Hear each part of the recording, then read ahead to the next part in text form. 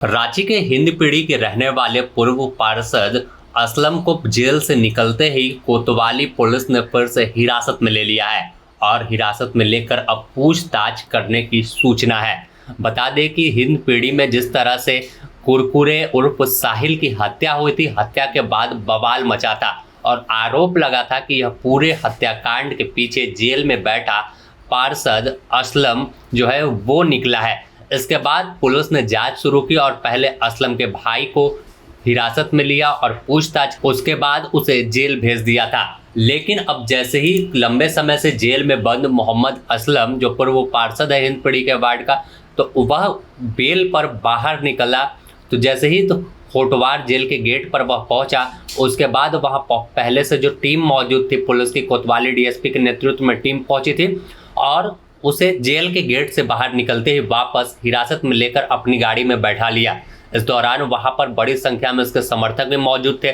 लेकिन पुलिस जो जांच कर रही है, जो हत्याकांड में इसका नाम सामने आया है, आरोप परिजनों की ओर से लगा, तो इस पूरे मामले की गुत्थी सुलझाना चाहती है।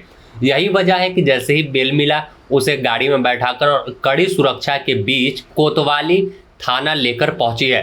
सूचना है कि कोतवाली थाने में ही इसे रखकर पूछताछ की जा रही है। इसके बाद आगे कागजी प्रक्रिया पूरी करने के बाद फिर जेल भेजा जा सकता है। हालांकि इस पूरे गिरफ्तारी या हिरासत पर अब तक कोई आधिकारिक बयान पुलिस का नहीं आया है, लेकिन जो खबर निकलकर सामने आई उससे साफ है कि वापस से असलम फिर होटवार पहुंच जाएंगे, क्योंकि जिस तरह से दिन दहाड़े रांची के हिंदपीढ़ी इलाके में भट्टी चौक के पास गोली मारी गई थी, गोली मारने के बाद खूब बवाल हुआ था और जो आक्रोशित लोग थे उन्होंने मोहम्मद असलम जो वार्ड पार्षद पूर्व है उसके घर पर भी तोड़फोड़ की थी। कई जगहों पर हंगामा हुआ था, आगजनी की गई थी और सीधे तौर पर आरोप लगा था कि इस पूरे कहानी के पीछे जो साजिशकर्ता है जेल में बैठकर ही रणनीति तय किया था और जेल से ही उसने इशारा किया और उसके बाद हिंदपीढ़ी में गोली चली और एक व्यक्ति की जान चली गई थी। इस मामले को लेकर दूसरे दिन यानी सोमवार को भी खूब बवाल हिंदपीढ़ी इलाके में हुआ। तमाम दुकानें बंद रही थी और सड़क पर लोग उतरकर पुलिस से कार्रवाई की मांग कर रहे थे। साफ तौर पर इनका कहना है कि एक सोची समझी साजिश के तहत हत्याकांड को अंजाम दिया गया है। इसके साथ ही जिस तरह से अगर देखें तो पूर्व पार्षद एक मारपीट के मामले में ही वह जेल गया था और लंबे समय से फरार था, लेकिन पुलिस की जब दबिश पड़ी थी तो आखिरकार उसने सरेंडर किया था और फिर लंबे समय से होटवार जेल उसका ठिकाना बना हुआ था। लेकिन अब वापस फिर से जेल से निकलते ही जेल के अंदर पहुंचने वाला है।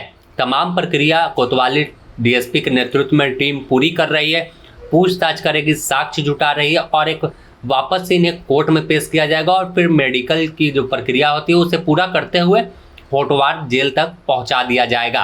अगर बात करें तो इस मामले में जो भट्टी चौक पर गोलीकांड हुआ है, इसमें असलम पार्षद के भाई को भी गिरफ्तार कर जेल भेजा जा चुका है और लोगों की मांग है कि जिसने गोली चलाया उसे भी पहचान कर लिया गया, तो अब तक उसकी गिरफ्तारी नहीं हुई है। इसे लेकर नाराजगी भी तमाम स्थानीय लोगों में देखी जा रही है। ऐसे में पुलिस का एक्शन अब दिख रहा है कि किसी तरह से तनाव बढ़े ना, क्योंकि जिस तरह से हंगामा हुआ, जिस तरह से आरोप लगा, इसके बाद पूरे इलाके में पुलिस बल की तैनाती की गई थी, लेकिन लोग आक्रोशित सड़क पर हंगामा कर रहे थे।